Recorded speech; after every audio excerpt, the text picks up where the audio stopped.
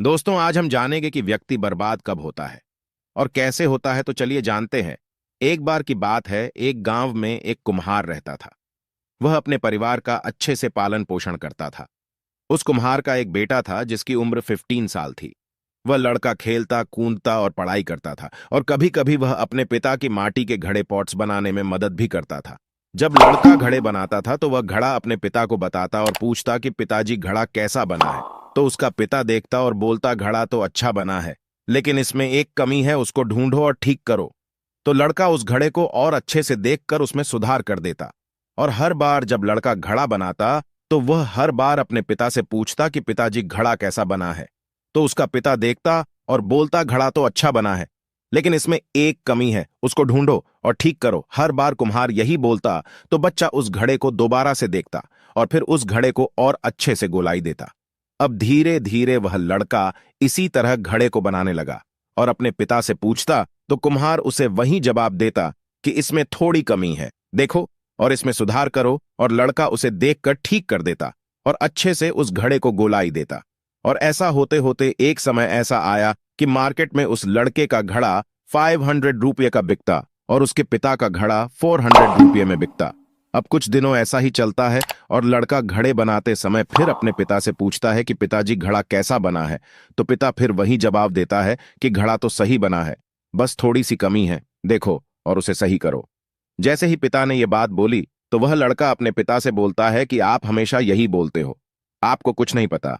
मेरा घड़ा मार्केट में 500 का बिकता है और आपका 400 का मेरा घड़ा अच्छा बना है, आप हमेशा कमी निकालते हो। तो पिता चुप हो जाता है और फिर बोलता है कि ठीक है बेटा, तुझे जैसा अच्छा लगे बना।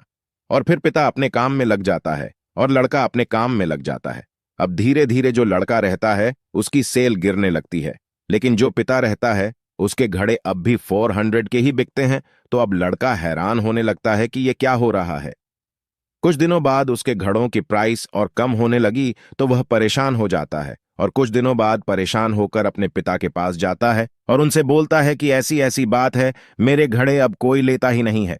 तो वह जो कुम्हार होता है वह अपने बेटे को बताता है कि ये जो तुमने मुझसे बोला था कि मेरा घड़ा इतने का बिकता है और तुम्हारा घड़ा इतने का, तो यही बात कुछ समय पहले मैंने अपने पिता से बोली थी, जिसकी वजह से मैं यहां तक सीमित रह गया, क्योंकि मैंने गलती की उस बात को समझने की। लेकिन तुम इस बात को समझो कि कोई भी काम हम करते हैं तो उसमें कुछ ना कुछ कमी रह ही जाती है और उस काम को और अच्छे से किया जा सकता है।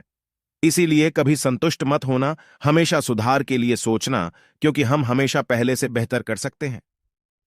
सीख, मॉरल। इस कहानी से आपको कई सारी सीख मिल सकती हैं, बस आपका नजरिया सीखने वाला होना चाहिए। 1, हमारा जो गुरु होता है वह हमेशा आगे बढ़ाने का प्रयास करता है, और जो गुरु बोले उस बात को मानकर काम करना चाहिए, बिना प्रश्न पूछे। लेकिन गुरु भी सोच समझकर बनाना चाहिए। 2, हमें कभी भी अपने आप में संतुष्ट नहीं होना चाहिए, उसको और अच्छा कैसे कर सकते हैं इस पर ध्यान और लगन से काम करना चाहिए। 3, किसी भी काम में कभी भी हमें घमंड नहीं करना चाहिए, क्योंकि जब घमंड ईगो आता है तो हमारे सोचने समझने की शक्ति को खत्म कर देता है। तो जैसा कि इस कहानी में बताया गया है कि हमें कभी भी संतुष्ट नहीं होना चाहिए, हम अपने काम को हमेशा और बेहतर तरीके से कर सकते हैं।